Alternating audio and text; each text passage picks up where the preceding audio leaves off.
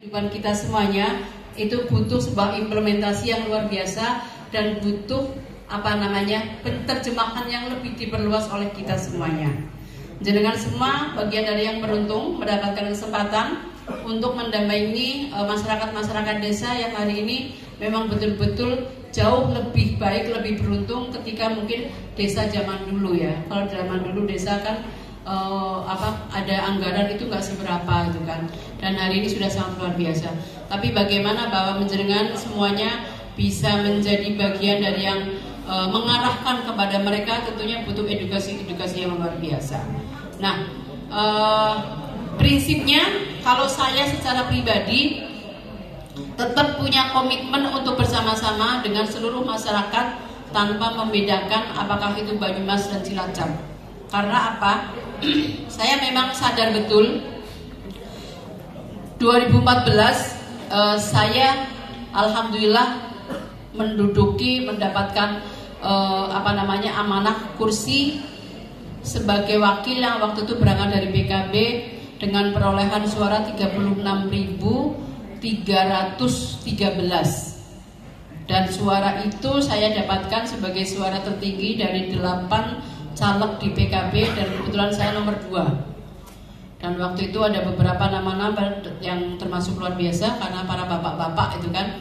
Nah, ya mungkin sudah menjadi rezeki garis takdir saya jadi di saat itu 36.000, dan waktu itu memang saya belum optimal di Cilacap.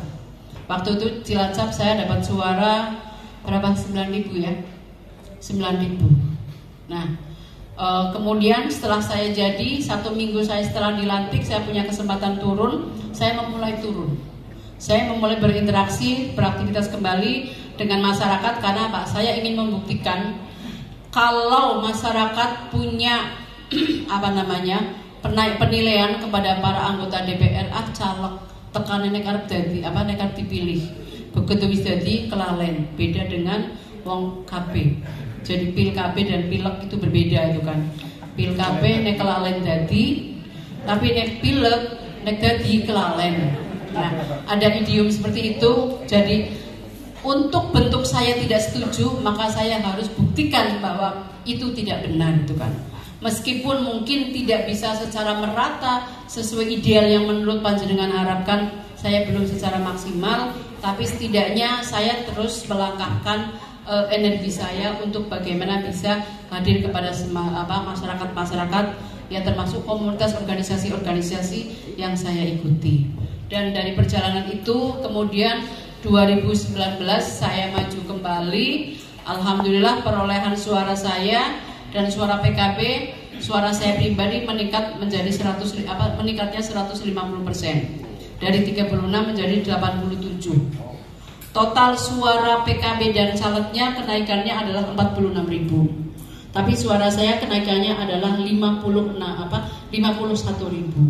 Artinya ada space 5.000 yang saya lebih tinggi daripada caleg dan dari partai, dan itu saya dapatkan adalah salah satunya ya mungkin barokahnya kita nekan wong kalau katanya Jokowi kan belusuan ya.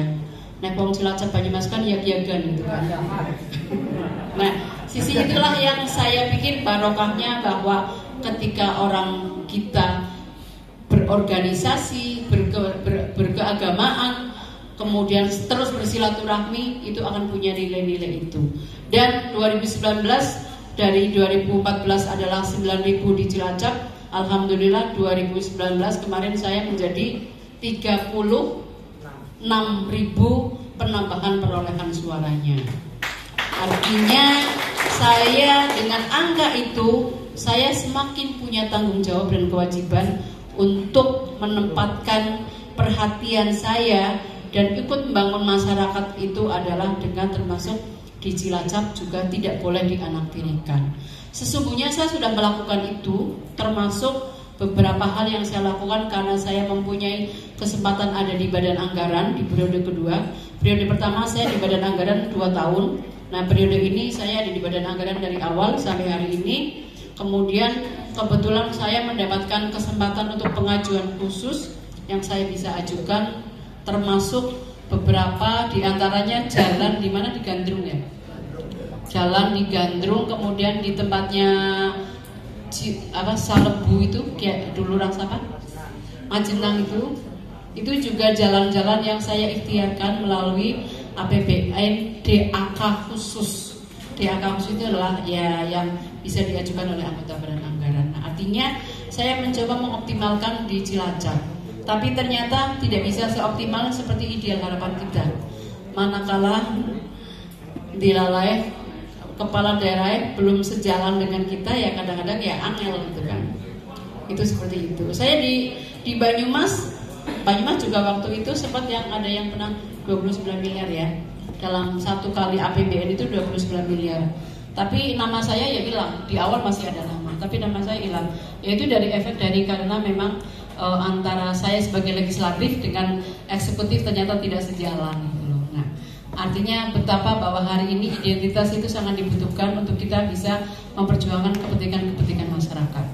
Tapi setidaknya kayak di Cilacap ketika Muslimat membutuhkan mobil ambulan, ya saya bisa menjawab pengadaannya. Ketika Pak Arief membutuhkan mobil mobil perpustakaan, saya juga bisa menjawab untuk pengadaannya. Demikian juga ketika kayak misalnya langsung aja Mbak setiap bulan rutin untuk bayar majalah siap Mbak, ya kayak gitu-gitu, atau mungkin TK, PAUD, pesantren, dan hal-hal yang bisa saya lakukan. Insya Allah kalau secara kecamatan di 24 di Kabupaten Cilacap ini semuanya sudah tersentuh semuanya. Tapi kalau mungkin desa satu persatu desa mungkin belum keseluruhan. Nah, menurut saya bagaimana hal-hal tambahan cara pola membangun desa yang seperti ini ke depan kita bisa terintegrasi, terkomunikasi Mas. Bagaimana jadi ketika bahwa saya ikut misalnya ada penambahan walaupun mungkin nggak besar 50 juta itu kan, ikut bangun PAUD misalnya.